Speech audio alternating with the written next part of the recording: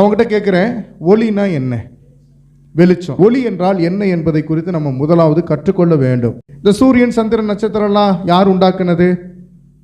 தேவனால் உண்டாக்கப்பட்டது. இயற்கை ஒளி என்பது தேவனால் படைக்கப்பட்டது. இதெல்லாம் என்னது? சூரியன், சந்திரன், நட்சத்திரங்கள்லாம் இயற்கை ஒளி. செயற்கை ஒளினா என்னது? மனிதனால் படைக்கப்பட்டது தான் செயற்கை ஒளி. தெய்வீக ஒளினா என்னது? அதுதான் நித்தியமானது. ஒளியை பற்றி நாம் அறிந்திருக்க வேண்டும். முதலாவது ஒளியை பற்றி நம்முடைய அனுபவம் என்ன என்பதை புரிந்து வைத்திருக்க வேண்டும். ஒளி தனி சிறப்பு உடையதாக இருக்கிறது. ஒளி ஒப்பிட முடியாதது. ஒளியை குறைக்க முடியாதது. ஒளியை தடுக்க முடியாது. ஒளி எங்கும் குறைவுபடாமல் பரவும். இருளிலே பயமும் குழப்பமும் தான் இருக்கும். இருள் வந்துருச்சுன்னா பதட்டம் வரும். இருள் இருக்குன்னா தடுமாற்றம் வந்துடும். இருள் வந்துருச்சுன்னா மன அழுத்தம் வந்துடும். இருள் வந்துருச்சுன்னா தனிமை உணர்வு ஏற்பட்டு விடும். ஒளியிலே மகிழ்ச்சியாய் நாம் வாழ முடியும். எல்லாம் சொல்லுங்க, தேவன் ஒளியாய் இருக்கிறார். தேவன் ஒளியில் இருக்கிறார். தேவன் ஒளியை படைக்கிறார். தேவன் ஒளியாய் இருக்கிறார். ஆமென். அதை குறித்த போது நாம் பார்க்க போறோம். 1 யோவான் 1:5 வாசிப்போம். தேவன் ஒளியாய் இருக்கிறார், அவரில் எவ்வளவேனும் இருள் இல்லை. இது நாங்கள் அவரிடத்தில் கேட்டு உங்களுக்கு அறிவிக்கிற விசேஷமாய் இருக்கிறது. பார்த்தா ஒளி மட்டும்தான் அவர்கிட்ட இருக்கு. இயேசு கிறிஸ்து எப்படி முகச்சாயல் உள்ளவர் அப்படின்னா, இன்னைக்கு நாட்களில் போட்டோவில் பார்த்தா பெரிய தாடி வச்சு அப்படியே என்ன பண்ண பங்கெல்லாம் வச்சு இயேசு கிறிஸ்து இருக்கிற மாதிரி காமிப்பாங்க. ஆனால் இயேசு கிறிஸ்து அப்படி இல்லை. அவர் ஒளியாக இருக்கிறார். அவருக்கு என்ன பண்ண புகைப்படத்தை வைக்க முடியாது. அவருக்கு வரைபடத்தை வைக்க முடியாது. கற்பனைக்கு எட்டாத ஒரு தெய்வம். அல்லேலூயா சொல்லுங்க. இன்னைக்கு அவனுடைய கற்பனைக்கு ஏற்ற மாதிரி என்ன பண்ண படத்தை வரைந்து கொள்கிறார்கள். கற்பர்கள், கற்ப இனத்தை சேர்ந்தவர்கள், அவங்களுக்கு தகுந்த மாதிரி இயேசுவின் படத்தை வச்சுக்கிறாங்க. இருதய ஆண்டவர்னு சொல்லி இருதயத்தை போட்டு வச்சிருக்கிறாங்க. பூலக்கண்ணி இயேசுவை என்ன பண்ண போட்டு வச்சிருக்காங்க. வெள்ளைக்காரன் நல்ல இயேசு வெள்ளையா காமிச்சிருக்கிறான். எனக்கு அருமையானவர்களே, நாம் ஒளியிலே நடக்க வேண்டும். அந்த ஒளி கர்த்தராகிய இயேசு கிறிஸ்து என்பதை பதிவு செய்யும்படியாக இந்த பிரசங்கம் உங்களுக்குள்ளே இருக்கிறது. ஒளி உயிருக்கும் வாழ்வுக்கும் தேவை. பக்கத்தில் இருக்கவங்களை பார்த்து சொல்லுங்க, ஒளி வாழ்வுக்கு தேவை. வாழ்வுக்கு தேவை. உயிருக்கு தேவை. உயிருக்கு தேவை. ஆரோக்கியத்திற்கு தேவை. ஆரோக்கியத்திற்கு. வளர்ச்சிக்கு தேவை. வளர்ச்சிக்கு தேவை. அல்லேலூயா. அல்லேலூயா. ஒளியை இருள் குறைக்க முடியாது, மறைக்க முடியாது. ஒளி வந்தால் இருள் ஆட்டோமேட்டிக்கா அகன்று போயிடும். இயேசு என்கிற ஒளி உங்கள் உள்ளத்துல வந்துச்சுன்னா இருள் ஆட்டோமேட்டிக்கா அகன்று போய்விடும். இந்த ஒளி எப்படி இருக்கிறனா, ஆவியானவராய் இருக்கிறார். ஒளி அன்பாய் இருக்கிறார். ஒளி பரிசுத்தமாய் இருக்கிறார். இந்த ஒளி உண்மையுள்ளவராய் இருக்கிறார். இந்த ஒளி வெளிச்சமாய் இருக்கிறார்.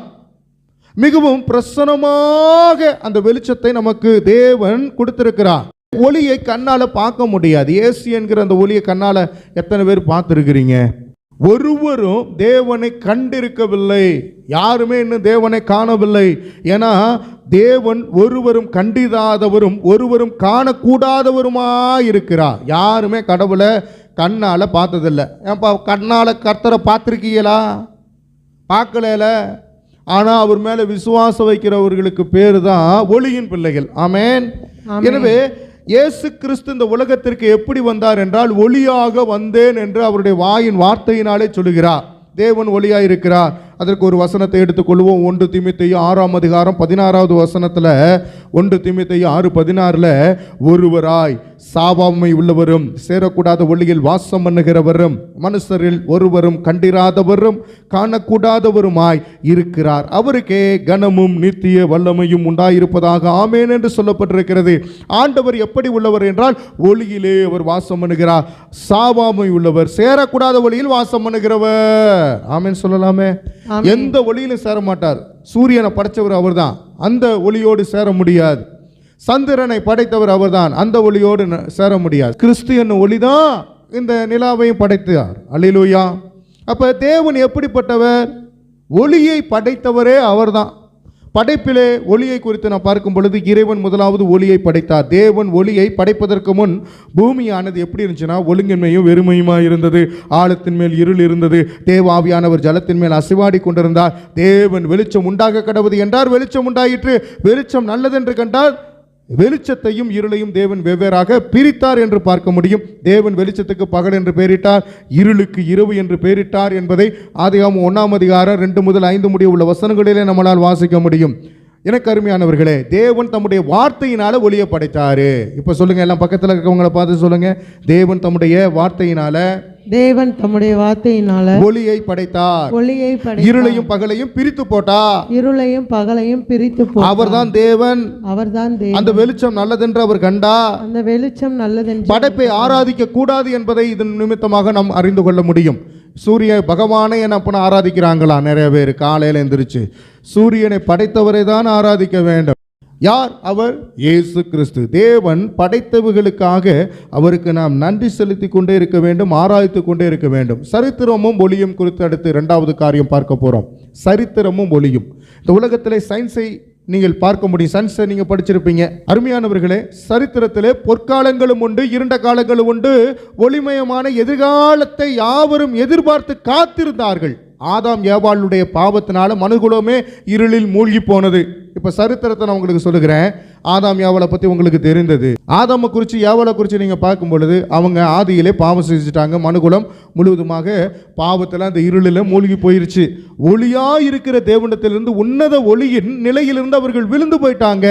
மனித வர்க்கமே தேவனோடு உள்ள ஐக்கியத்தை இழந்து போயிருச்சு. ஆவிக்குரிய பார்வையை இழந்து போனாங்க. ஆகவே இந்த உலகத்தில் எல்லோரும் இருளில்தான் வாழ்கிறார்கள். இயேசு கிறிஸ்துவை பற்றிய சுவிசேஷத்தை நற்செய்தியை அறிவிக்கும் போது அவர்களுடைய ஆவிக்குரிய கண்கள் வெளிச்சத்தை பெறுகிறது. இப்ப சொல்லுங்க, ஆண்டவராகிய இயேசுவே, ஆண்டவராகிய இயேசுவே, உம்முடைய சுவிசேஷமாகிய இந்த நற்செய்தியை எனக்கு யாரெல்லாம் அறிவித்தார்களோ அவர்களுக்காய் நன்றி.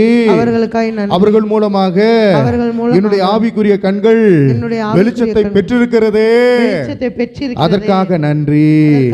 உங்க ஆவிக்குரிய கண்கள் திறந்துருச்சா? ஏன்னா ஆவிக்குரிய கண்கள் திறந்தால் மாத்திரமே கிறிஸ்துடைய ஒளி உங்களுக்குள்ள இருக்கிறது என்பதை நீங்கள் புரிந்து கொள்ள முடியும். தேவனுடைய மக்களாக இஸ்ரவேலர் தேவன் அவர்களுக்கு கொடுத்த வழிகளை விட்டு விலகி அநேக எச்சரிப்புகளுக்கு பின்னரும் தேவனுக்கு எதிரான முறையில் அவர்கள் வாழ்ந்தபோது அவர்களுடைய ஆட்சியும் வாழ்க்கையும் சீர்குலைந்து இழப்பும் வேதனையும் நம்பிக்கையின்மையும் நிறைந்ததா இருந்தது. நல்ல கவனிங்க, வாழ்க்கையில நிம்மதி இல்லை. இஸ்ரவேல் ஜனங்களுக்காக தான் ஆண்டவர் வந்தார். அந்த ஒளியை குறித்து அவர்கள் புரிந்து கொள்ள முடியவில்லை. அந்த ஒளி அவர்களுக்கு என்ன என்று தெரியவில்லை. பகலிலே மேகஸ்தம்பமாக, இரவிலே அக்னி ஸ்தம்பமாக வந்தவர் யாருன்னா இயேசு கிறிஸ்து. அல்லேலூயா. மோசேக்கு முட்செடி நடுவில் தோன்றினார் அல்லவா? அந்த முட்செடியில அந்த தீயாய் வந்தவர், அந்த முட்செடி கருகி போகவில்லை.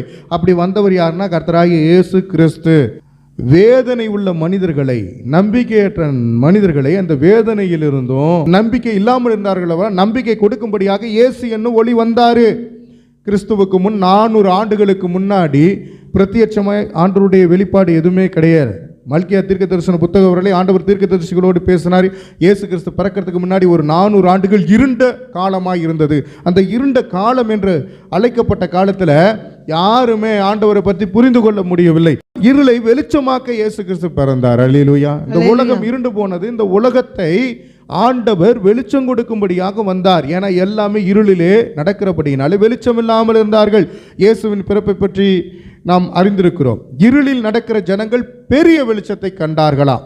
ஏசாயா 9ஆம் அதிகாரம் அதனுடைய 2வது வசனத்தை இப்போது வாசிங்க. பெரிய வெளிச்சம், அந்த வெளிச்சம் தான் இயேசு கிறிஸ்து. ஆமென். சின்ன வெளிச்சம் கிடையாது, பெரிய வெளிச்சம். அந்த வெளிச்சம் எப்படிப்பட்டது என்பதை இப்பொழுது இந்த வசனத்தின் மூலமாக, வார்த்தையின் மூலமாக நாம் புரிந்து கொள்ள முடியும். ஏசாயா 9 அதனுடைய 2வது வசனம். இருளில் நடக்கிற ஜனங்கள் பெரிய வெளிச்சத்தை கண்டார்கள். மரண இருளின் தேசத்தில் குடியிருக்கிறவர்களின் மேல் வெளிச்சம் பிரகாசித்தது. மரண இருளின் தேசத்தில் குடியிருக்கிறவர்களின் மேல் வெளிச்சம் பிரகாசித்தது. அருமையானவர்களே, நாம் மரண இருளிலே கிடந்தோம், இப்ப நித்திய வெளிச்சத்துக்குள்ளே வந்திருக்கிறோம்.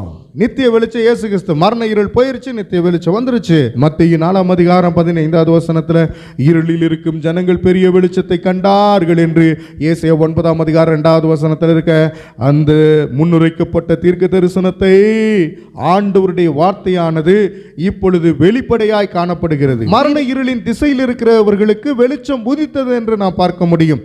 அந்தகாரத்திலும் மரண இருளிலும் உட்கார்ந்து இருக்கிறவர்களுக்கு வெளிச்சம் தரவும், நம்முடைய கால்களை சமாதானத்தின் வழியிலே நடத்தவும், அவ்விரகத்தினாலே உன்னதத்திலிருந்து தோன்றிய அருணோதயம் நம்மை சந்தித்திருக்கிறது என்றார். லூக்காவின் புத்தகம் 1ஆம் அதிகாரம் 78-79வது வசனத்தை இப்பொழுது எல்லாரும் சேர்ந்து வாசிங்க.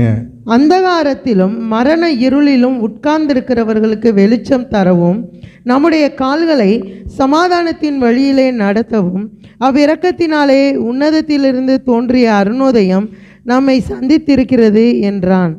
அருமையானவர்களே, இயேசு என்கிற ஒளி நம்மை சந்திக்கும்படியாக வந்தது. இப்பொழுது ஆண்டவராய் இயேசு கிறிஸ்துவை சந்தித்ததுனால இந்த திருச்சபையில் உட்கார்ந்திருக்கிறோம். மூன்றாவதாக இயேசுவும் அதனுடைய ஒளியை குறித்து நாம் பார்க்க போகிறோம். இயேசுவே மெய்யான ஒளியாக இருக்கிறார். ஏனென்றால் யோவான் 1:4 மற்றும் 5 வசனத்தில் நீங்கள் வாசிக்கும் போது ஒளி எப்படிப்பட்டது என்பதை நீங்கள் வாசிக்க முடியும். யோவான் 1 அதனுடைய 4 மற்றும் 5 வசனத்தை வாசிங்க. இயேசு எப்படிப்பட்ட ஒளியாய் வந்தார் என்பதை நீங்கள் புரிந்து கொள்ள முடியும். வாசிக்கலாம். அவருக்குள் ஜீவன் இருந்தது, அந்த ஜீவன் மனுஷருக்கு ஒளியாய் இருந்தது. அந்த ஒளி இருளிலே பிரகாசிக்கிறது, இருளானது அதை பற்றி கொள்ளவில்லை. அல்லேலூயா. ஒளி ஒரு குறிப்பிட்ட பகுதியினர், மொழியினர், இனத்தவர் என்று அல்ல, எல்லோருக்குமே ஆசீர்வாதமாக விளங்கக்கூடியதாக இருக்கிறது. அதே போல இயேசு இந்த உலகத்தில் உள்ள எல்லா மக்களுக்கும் ஒளியாக வந்தார். இயேசுவுக்குள் ஜீவன் இருந்தது, அந்த ஜீவன் மனுஷனுக்கு ஒளியாக இருந்தது. அந்த ஒளி இருளிலே பிரகாசிக்கிறது, இருளானது அதை பற்றி கொள்ளவில்லை. அதை தான் இப்பொழுது இந்த யோவான் 1:4 மற்றும் 5 வசனத்திலே நாம் வாசித்தோம். பாவத்தின் காரிருளை போக்க மனிதனுக்கு பாவ மன்னிப்பை அருள சிலுவையிலே பாடுபட்டு இரத்த சிந்தி மரித்தவர் தான் நம்முடைய இயேசு. 3ஆம் நாள் மரணத்தை வென்றவர் தான் நம்முடைய உயிர்த்தெழுந்த இயேசு. மரண இருள் நித்திய வெளிச்சத்தினால், அருமையானவர்களே, மரண இருள் நித்திய வெளிச்சத்தினால் அகன்று விட்டது. எல்லாம் கரங்களை தட்டுங்க. நித்திய வெளிச்சத்தினால மரண இருள் அகன்று விட்டது. அந்த வெளிச்சம் உங்கள் உள்ளத்தில் இப்பொழுது வந்து விட்டதா என்று யோசித்து பாருங்க. உங்க வாழ்க்கையில் ஒரு புதிய திருப்பம் உண்டாக பேரொளியாகிய இயேசுவுக்கு உங்கள் உள்ளத்தில் இடமளியுங்கள். ஒருவேளை இயேசு கிறிஸ்துவை நீங்கள் ஏற்றுக்கொள்ளாமல் இருப்பீர்கள் என்றால், அந்த ஒளி உங்களுக்குள்ளே வாசம் பண்ணவில்லை என்றால், இப்பொழுது இந்த இடத்துல ஆண்டவரே உம்முடைய ஒளி என்னை நிரப்பட்டும், அந்த பேரொளி எனக்கு அமைதியை தரட்டும் என்று சொல்லுங்கள். இரண்டாவதாக, உள்ளத்திலே ஒளி. எப்படி உள்ளத்திலே ஒளி வரும் என்பதை குறித்து நாம் பார்க்க போகிறோம். இயல்பாக இந்த உலகத்தில் வாழக்கூடிய எல்லாருடைய உள்ளமும் சாத்தானால் அந்தகாரம் அடைந்திருக்கிறது. அதனால் இருளை விரும்புகிறார்கள், வெளிச்சத்தை வெறுக்கிறார்கள். மெய்யான ஒளியை பார்க்க முடியாமல் அவர்களுடைய ஆவிக்குரிய கண்கள் பார்வையற்றதாக இருப்பதினால மெய்யான ஒளியை பார்க்க முடியாமல் தவிக்கிறார்கள். மனதில், உள்ளத்தில் ஒளி இல்லாததினால் மனிதன் பாவம் செய்கிறவனாய் இருக்கிறான், பிறரை துன்பப்படுத்தக்கூடியவனாய் இருக்கிறான். ஒளி உள்ளத்துக்குள்ள வரும்போது விடுதலையும் சமாதானமும் நாணத்தையும் பெற முடியும். எல்லாரும் சொல்லுங்களேன். என்னுடைய உள்ளத்தில் இயேசு கிறிஸ்து என்கிற ஒளி வரும் பொழுது, இயேசு கிறிஸ்து என் ஒளி வரும்போது விடுதலையும் சமாதானமும் ஞானமும் நான் பெற்றுக்கொள்ள முடியும். நான் இப்பொழுது பெற்றுக்கொள்வதற்கு ஆயத்தமாக இருக்கிறேன். அல்லேலூயா. இந்த உலகமும் ஒளியையும் குறித்து நாம் பார்க்க போகிறோம். உலகம் என்ற வார்த்தை உலகத்தில் உள்ள மக்களையும் வாழ்க்கை முறையும் குறிக்கிறது. மனிதன் எப்படிப்பட்டவன் என்பது நீங்களே அறிந்திருக்கிறீங்க. மனிதன் பாவத்தினாலே இருக்கிறான். மனிதனின் பாவத்தினால் உலகமே எப்படிப்பட்டதா இருந்தது? இருண்டு போய் கிடந்தது. உலகமே இருண்டு போனதுக்கு யார் காரணம் அப்படின்னா மனுஷன்தான். இருளின் ஆதிக்கத்திற்கு உள்ளானது. 2000 ஆண்டுகளுக்கு முன்பாக உலகத்திற்கு ஒளியாக இயேசு வந்தார். நானே வழியும் சத்தியமும் ஜீவனுமாய் இருக்கிறேன் என்று சொன்னார். என்னாலே இல்லாமல் ஒருவனும் பிதாவிடத்திலே வர முடியாது என்று சொன்னவர் தான் இயேசு கிறிஸ்து. அது யோவான் 14:6 நம்மளால் வாசிக்க முடியும். உலகத்திலே வந்து எந்த மனுஷனையும் பிரகாசிப்பிக்கிற ஒளி அந்த மெய்யான ஒளி என்று யோவான் 1:9 வசனத்திலே வாசிக்க முடியும். உலக மக்களுக்கு நித்திய ஜீவ பாதையை காட்ட இயேசு சுவிசேஷத்தின் ஒளியை பிரசங்கிக்க செய்கிறார். ஆமென் சொல்லலாமே. ஒளி வந்தது. ஒளி வந்தது என்ற வார்த்தை ஒரு பெரிய உண்மையை நமக்கு காட்டுகிறது. ஒளியானது உலகத்திலே வந்திருந்தும் மனுஷனுடைய கிரியைகள் பொல்லாதவைகளாக இருக்கிறபடியினாலே அவர்கள் ஒளியை பார்க்காமல் எதை பார்க்கிறார்கள்? இருளை பார்க்கிறார்கள். இருளை அவர்கள் விரும்புகிறார்கள். எனவே இருளை விரும்புகிறதே அந்த ஆக்கினை தீர்ப்புக்கு காரணமாக இருக்கிறது. ஆண்டவர் தண்டனை கொடுக்கிறதுக்கு எப்படி பார்க்கிறார் என்றால், ஒளி இருந்துச்சுன்னா உனக்கு தண்டனை தீர்ப்பு இல்லை, ஒளி உனக்குள்ள இல்லாது இருந்தால் தண்டனை தீர்ப்பு. பொல்லாங்கு செய்கிற எவனும் ஒளியை பகைக்கிறான். யோவான் 3:19 முதல் 21 முடிய உள்ள வசனங்களை இப்பொழுது வாசிக்கும் போது புரிந்து கொள்ள முடியும். ஏன்னா பொல்லாங்கு செய்கிறவன் ஒளியை பகைக்கிறானா? யோவான் 3 எல்லாம் திருப்பிக் கொள்ளுங்க. 19 முதல் 21 முடிய உள்ள வசனங்களை எல்லாம் சேர்ந்து வாசியுங்கள். ஒளியானது உலகத்திலே வந்திருந்தும் மனுஷருடைய கிரியைகள் பொல்லாதவைகளாய் இருக்கிறபடியினால் அவர்கள் ஒளியை பார்க்கிலும் இருளை விரும்புகிறதே அந்த ஆக்கினை தீர்ப்புக்கு காரணமாய் இருக்கிறது. பொல்லாங்கு செய்கிற எவனும் ஒளியை பகைக்கிறான், தன் கிரியைகள் கண்டிக்கப்படாதபடிக்கு ஒளியின் இடத்தில் வராதிருக்கிறான். சத்தியத்தின்படி செய்கிறவனோ தன் கிரியைகள் தேவனுக்குள்ளாய் செய்யப்படுகிறதென்று வெளியாகும்படிக்கு ஒளியினிடத்தில் வருகிறான் என்றார். அல்லேலூயா. பொல்லாங்கு செய்கிறவன் எவனும் ஒளியை பயக்கிறானா? அருமையானவர்களே, உங்களுடைய கிரியைகள் ஆண்டவருக்கு உள்ளாக இருக்குதுன்னா நீங்கள் ஒளியின் பிள்ளைகளாக இருக்கிறீங்க. நீங்கள் ஒளியிடத்தில் வந்திருக்கீங்களா?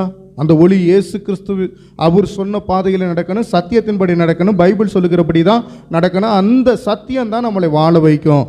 தேவனுக்குள்ளாக நாம் எதை செய்தாலும் வெளிச்சத்தின் பிள்ளைகளாகவே இருந்து செயல்படுத்தணும். ஒளியிடத்திலே நாம் வந்திருக்கிறோம். சரி, ஒளி எப்படிப்பட்டது? தேவன் எப்படிப்பட்டவராக இருக்கிறார்? ஒளியாக இருக்கிறார். அவர் எப்படிப்பட்டவர்னா சேரக்கூடாத ஒளி. அவர் எப்படிப்பட்டவர்னா மெய்யான ஒளி. அவர் எப்படிப்பட்டவர்னா ஜீவ ஒளி. அவர் எப்படிப்பட்டவர்னா ஆச்சரியமான ஒளி. அவர் எப்படிப்பட்டவர்னா மகிமையான சுவிசேஷத்தின் ஒளி. அவர் எப்படிப்பட்டவர்னா மகிமையின் அறிவாகிய ஒளி. எனக்கு அருமையானவர்களே, இந்த மகிமையின் அறிவாகிய ஒளியை நாம் அறிவிக்க பிறந்திருக்கிறோம். மறுபடியும் இயேசு ஜனங்களை நோக்கி சொல்லுகிறார், நான் உலகத்திற்கு ஒளியாய் இருக்கிறேன். என்னை பின்பற்றுகிறவன் இருளிலே நடவாமல் ஜீவ ஒளியை அடைந்திருப்பான். நான் உலகத்தில் இருக்கையில் உலகத்திற்கு ஒளியாய் இருக்கிறேன் என்று அவர் தான் சொன்னார். ஏனென்று சொன்னால் யோவான் 8ஆம் அதிகாரம் அதனுடைய 12வது வசனத்தை வாசிக்கும் போது புரிந்து கொள்ள முடியும். யோவான் 9ஆம் அதிகாரம் 5வது வசனத்தில் இருக்கும். யோவான் 12ஆம் அதிகாரத்தில் 35 முதல் என்னத்தான் தொடர்ந்து இருக்குது. இப்போ நீங்கள் யோவான் 12ஆம் அதிகாரம் 36வது வசனத்தை வாசிங்க. 35 மற்றும் 36வது வசனம். அதற்கு இயேசு, இன்னும் கொஞ்ச காலம் ஒளி உங்களிடத்தில் இருக்கும். இருளில் நீங்கள் அகப்படாதபடிக்கு ஒளி உங்களோடு இருக்கையில் நடவுங்கள். இருளில் நடக்கிறவன் தான் போகிற இடம் இன்னதென்று அறியான். ஒளி உங்களோடு இருக்கையில் நீங்கள் ஒளியின் பிள்ளைகளாகும்படிக்கு ஒளியினிடத்தில் விசுவாசமாயிருங்கள் என்றார். இவைகளை இயேசு சொல்லி அவர்களை விட்டு மறைந்தார். எனக்கு அருமையானவர்களே, ஆண்டவராய் இயேசு கிறிஸ்து ஒளியாக இருக்கிறார்.